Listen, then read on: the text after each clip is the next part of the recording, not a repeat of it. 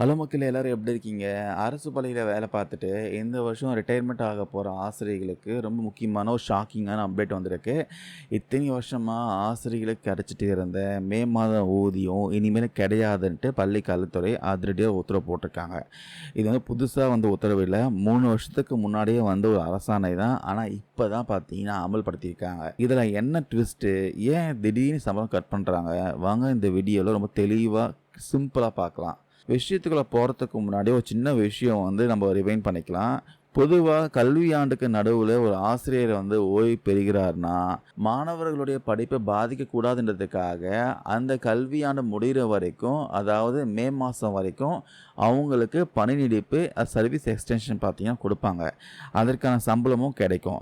ஆனால் இதில் வந்து அரசாங்கத்துக்கு பார்த்தீங்கன்னா கூடுதலாக நிதி இழப்பு ஏற்படுதுன்ட்டு பள்ளி கல்வித்துறையோடைய தணிக்கை பிரிவு வந்து ஒரு ரிப்போர்ட் கொடுத்துருக்காங்க. அதை வச்சுட்டு இனிமேல் பார்த்தீங்கன்னா மே மாதம் வரைக்கும் பணி நீடிப்பு கொடுக்க வேண்டாம், அந்தந்த வருஷம் தேர்வு பணிகள் எக்ஸாம்ஸ் வந்து எப்போ முடியுதோ அதோட ஆசிரியர்களுக்கு பணி ஓய்வு கொடுத்துடணுன்ட்டு கடந்த 2022ஆம் ஆண்டு ஜூன் 28ஆம் தேதியே அரசாங்கம் ஒரு கவர்மெண்ட் ஆர்டர் பார்த்தீங்கன்னா பாஸ் பண்ணாங்க. ஆனால் இங்கே தான் ஒரு பெரிய குழப்பம் நடந்துச்சு. 2022 அரசாணை வெளியிட்டாலும் பள்ளி கல்வித்துறை இயக்குநரகத்தில் இருந்து ஒவ்வொரு மாவட்டத்தில் இருக்கிற முதன்மை கல்வி அலுவலருக்கும் இதுக்கான பிரத்யேகமான அதிகாரப்பூர்வ செயல்முறைகள் அனுப்பப்படவே இல்லை.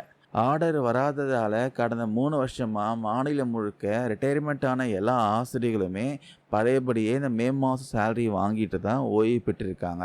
நம்ம அரசாங்கம் போட்ட ரூல்ஸ் பார்த்தீங்கன்னா பேப்பர்லேயே தூங்கிட்டு இருந்திருக்கு.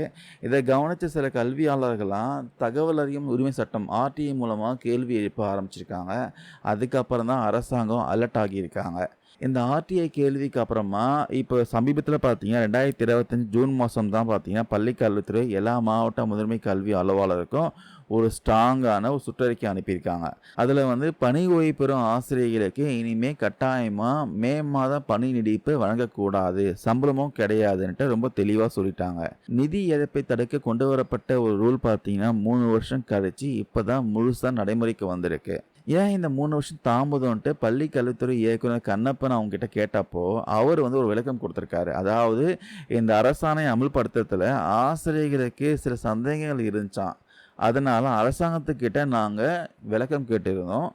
அந்த விளக்கம் வந்து மே 30, 2025 அன்னைக்கு தான் எங்களுக்கு அதிகாரப்பூர்வமாக கிடைச்சிது சொல்லியிருக்காரு. அதுக்கப்புறம் தான் எல்லா சிஇஓக்களுக்கும் இந்த செயல்முறைகளை நாங்கள் அனுப்பினோம் அப்படின்னு சொல்லியிருக்காரு. ஸோ சுருக்கமாக சொல்லணும்னா மக்களே, இத்தனை காலமாக மாணவர்களுக்காக உழைச்ச ஆசிரியர்களுக்கு அவங்க கரியரோட கடைசி மாத சம்பளமான அந்த மே மாத ஊதியத்தை பார்த்தீங்கன்னா நிதி இழப்பு அப்படின்னு ஒரு காரணத்துக்காக அரசாங்கம் கட் பண்ணிட்டாங்க. ஸோ நீங்கள் சொல்லுங்கள், அரசாங்கத்துடைய இந்த முடிவு சரியானது தானா? இல்லை பல வருஷமாக வேலை செஞ்ச ஆசிரியர்களுக்கு அந்த ஒரு மாத சம்பளத்தை கொடுக்கறதுல தப்பு இல்லைன்னு நினைக்கிறீங்களா? உங்களுடைய கருத்துக்களை மறக்காமல் கீழே கமெண்ட்ஸில் பதிவு பண்ணுங்கள். இந்த வீடியோ கண்டிப்பாக யூஸ்ஃபுல்லாக இருக்கும் நம்புகிறோம். தேங்க்யூ நண்பர், நண்பீஸ்.